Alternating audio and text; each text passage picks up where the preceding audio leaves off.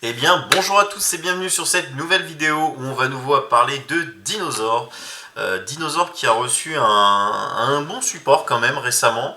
Dans la dernière extension, mais aussi l'extension d'avant, qui a eu la nouvelle magie qu'on va voir après.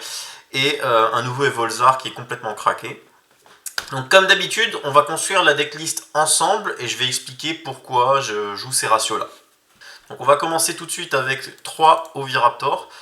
Bon, je pense que ça change pas. Il y a beaucoup de ratios qui n'ont pas trop changé. Il y a des choses qui ont disparu, il y a des choses qui sont revenues, vous allez voir. Mais sinon, les ratios classiques, ça n'a pas changé. 3 Oviraptor, 1 Mycélanosaurus, 3 bébés et un petit Pteranodon. Donc 4 bébés en tout. Ça change pas. Les 2 Archosauri sont toujours là. Le Giant Rex, indispensable. Tac tac tac, donc voilà, donc là il va y avoir le nouveau Xeno, donc lui on le joue en x1, pas besoin de le jouer plus, de toute façon on va le tuto avec la magie, on peut même aller le chercher avec Oviraptor, ça arrive quand on a des mains un peu bizarres. Le but c'est qu'il donne accès à soit un rang 6, donc le nouveau Evolzar, Rats, soit Baron. On va jouer ensuite sa brique. Alors, moi, j'ai choisi de ne pas jouer la version avec les scraps parce que ça faisait vraiment beaucoup de briques. Je préfère cette version-là parce qu'en fait, à l'époque, je jouais Gamma. Et Gamma, il fallait jouer le pilote de structure psy, donc un monstre normal niveau 6 qui est une grosse brique. Et là, j'ai pas trop changé en termes de briques, c'est-à-dire que je suis pas moins stable qu'avant. Je suis même un peu plus grâce au nouveau support. Mais moi, j'avais l'habitude de jouer Gamma, donc j'avais l'habitude d'avoir un monstre normal dans mon deck. Donc le fait de jouer cette brique ne me dérange pas trop. Par contre, la version scrap, ça fait vraiment beaucoup de cartes mortes. En plus, il faut jouer la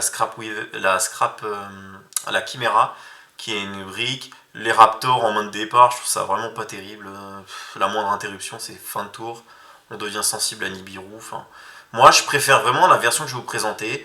C'est-à-dire, on utilise le Xeno pour soit Turbo Baron, soit pour faire Evolzar, le nouveau Evolzar, rang 6. Surtout que l'effet de Xeno, détruire une carte pour pouvoir invoquer du deck, bon, on détruit un bébé, on invoque le monstre normal de niveau 6, donc la brique, et comme on a détruit un bébé, on a à nouveau une invocation spéciale. Vous voyez, c'est vraiment pas mal. C'est pas non plus de l'overextend, donc on n'est pas trop. Comme on a que des dinos sur le terrain, on est toujours insensible à Nibiru. On va pas faire des Link 2, on va sortir la Scrap Wyvern et se rendre sensible. Même des cartes comme Ghost Bell qui normalement ne touchent pas dinosaures. Alors moi je préfère jouer la sécurité, quelque chose de simple mais efficace. Évidemment, je joue les boss monsters, donc Pancra, Tyranno. Pour les magies, j'ai 3. J'ai pas oublié de monstre, non, j'ai bien mimissé, c'est bon. Pour les magies, j'ai 3 Fossil Dig. Bon, évidemment, hein, c'est classique. Alors là, j'ai mis 3 Lost World. J'ai pas mis 2 Lost World plus une terraformation parce que j'ai peur de Droll. Droll, elle est dans les sides en général, on la voit. Donc pour éviter de se prendre une Droll bêtement sur ça, j'ai mis 3 Lost World. Ensuite, 3 fois la magie Xeno, elle est complètement craquée. Si on se prend H sur l'effet de Mycé au cimetière, c'est elle qui nous permet de repartir en combo. Ensuite, 2 pilules, ça change pas. Les pots de prospect, ça change pas non plus. Tac, tac. Et moi, alors, faut savoir que Dino est toujours... Alors certes, on est un peu mieux grâce au nouveau support, mais on est toujours ultra sensible à H. H, c'est notre pire ennemi, donc le call by. Et moi, je mets toujours l'instant fusion, ça fait entre guillemets 2 call by the grave. Puisque je joue Millennium Ice Restrict dans l'extra deck. Et puis on va pas se mentir, l'extra deck Dino, quand on joue pas la version scrap, on a de la place. Donc on peut mettre des tech cards, voilà, pour renforcer le main deck. Via Instant Fusion, il me fallait une place dans l'extra deck, donc là j'en avais besoin. Voilà, c'est des petites choses comme ça qui ont fait que j'ai choisi de pas jouer la version scrap. Surtout que jouer scrap, enfin, ok, on fait des gros boards, mais on prend Dark Ruler, on a perdu. Donc ça change pas le problème de Dino qui était de manger Dark Ruler No More à toutes les sauces en fait. Jouer la version scrap, ça apporte pas grand chose. Ensuite pour les... Donc là, voilà pour le main deck. On a ensuite les Entra, donc moi j'ai pris 3 H, 3 en perm. Alors là vous pouvez jouer soit Dark Ruler No More main deck, soit Veiler. Ça va dépendre des formats, ça va dépendre de... Posez-vous la question si vous gagnez le dé. Est-ce que vous choisissez de partir premier ou est-ce que vous choisissez de partir deuxième? Si vous mettez Dark Ruler, c'est sûr que vous partez deuxième. Si vous mettez Veiler, Vous pouvez un peu plus partir premier, mais en vrai, je recommande vraiment de partir deuxième. Le Dark Cooler No More main deck, c'est pas mauvais du tout. Dinosaure, il s'en fout s'il inflige pas de dégâts tout de suite. Il va remonter le board adverse, et ensuite il va poser un board tellement gros que l'adversaire pourra pas jouer. Après, évidemment, faut pas prendre No More à votre tour, parce que là, sinon, c'est rebelote, et on continue comme ça encore longtemps. Et sauf que le problème de Dino, c'est qu'il a pas de Grand Game. Malgré le fait que la Baronne qui repart dans l'extra, qui réinvoque le Xeno, qui peut reproc un Lost World qui est déjà sur le terrain, permet de repartir plus ou moins. Bon, faut pas trop compter sur le Grand Game de Dino, c'est vraiment faible. Faut essayer de finir la partie assez vite. Donc ouais, des power cards comme No More main deck. Moi j'ai choisi en tout cas de jouer ça, c'est pas mauvais, mais vous pouvez très bien jouer du Veiler ou d'autres free spots. Heavenly main deck, ça peut marcher aussi. Ça va dépendre des formats après. Hein. Là vraiment, ce qu'il faut retenir, c'est les 31 premières cartes avec l'instant de fusion. Après le reste, c'est free spot quoi. Pour l'extra deck, alors pour le side, j'ai mis, on peut très bien jouer Evolzar Soldat. Voilà, dans l'extra deck, je mets 14 cartes comme d'habitude. Vous pouvez très bien jouer le deuxième Tyranno si vous avez peur de.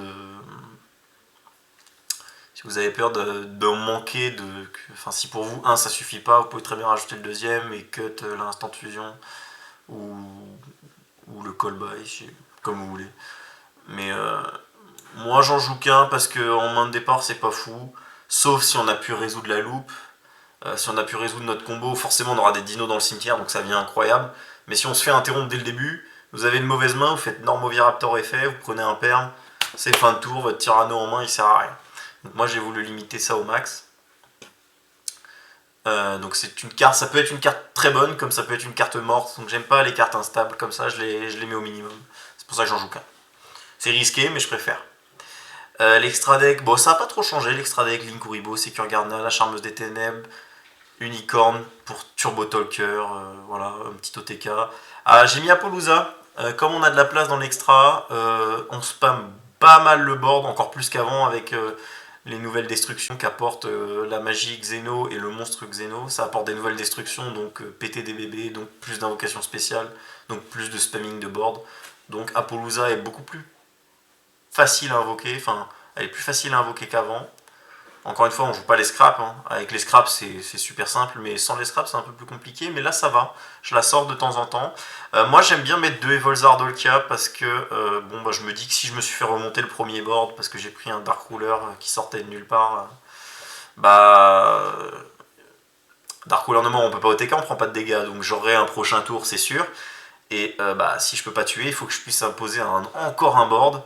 Donc un deuxième Dolkia, je le sors de temps en temps. Le Lagia, indispensable. Le nouveau Evolzar, complètement craqué. C'est Savage, mais en mieux, parce que c'est pas une fois par tour. Comme vous allez le faire avec 2 dinosaures, puisque c'est les seuls niveau 6 que vous allez les faire avec ces deux-là. En gros, le normal et le Xeno. Vous détachez 1 au lieu de 2, donc c'est complètement fumé. Tornado Dragon pour les magies pièges, ça change pas. Du Gareth, ça change pas. Baron, donc Baron, c'est la petite nouveauté. Avant, on avait difficilement accès à des synchros. On faisait peut-être Savage si on jouait la version scrap. Là, on a accès à Baron en fait. C'est trop facile de faire Baron maintenant avec ça. Il est synthoniseur niveau 6. Vous rajoutez un niveau 4. Niveau 4, il y en a beaucoup dans le deck. Par exemple, vous faites avec Giant Rex plus Xeno, vous faites Baron. Et puis Giant Rex, quand vous allez le bannir, il va se respect. Enfin, et puis il y a une combo que je montrerai qui permet de Turbo Baron avant de faire l'effet de Missé dans le cimetière qui était le gros checkpoint de dinosaures. C'est-à-dire se prendre H là-dessus, c'était ravageur. Ou Callby, c'était encore pire. Mais du coup, vous pouvez Turbo Baron avant de déclarer l'effet de Missé du cimetière. Comme ça, s'il y a un Callby ou une hache ou un truc qui vous gêne, annulez avec Baron et c'est bon. Donc ça, c'est vraiment un point positif qu'a apporté le support. Évidemment, le Millennium Ice Restrict pour l'instant de fusion. Comme d'hab, j'ai mis 14 cartes dans l'extra deck. Bon, j'ai mis là potentiellement la 15e si vous voulez jouer Soldat. Soldat, alors moi, bah, évidemment, le nouveau Evolzar est bien meilleur. Mais Soldat n'est pas mauvais hein, dans certains formats. Détruire toutes les spé, c'est un peu gogol, hein, ça casse tout. Il est indestructible par effet tant qu'il a du matos. Donc ça, c'est bien. Vous pouvez le mettre en attaque, vous ne prendrez pas Lightning Storm. De toute façon, il a 1000 de défense, donc vous allez tout le temps le mettre en attaque. Il est pas trop mal, c'est On peut le mettre dans l'extra deck si jamais vous voulez le jouer. Ça peut être un choix. Si vous savez ce que vous affrontez post-side et vous pensez que c'est bien meilleur de mettre un soldat qu'un rat, bah mettez soldat. Hein. Ça dépend. Moi personnellement je le joue. Voilà, je vous dis, ma 15e carte c'est lui. Après si vous trouvez mieux, si vous voulez mettre une charmeuse de terre, faites comme vous voulez, encore une fois. Je montre ce que je pense qui est le mieux. Je laisse toujours des petites possibilités selon vos envies. Voilà.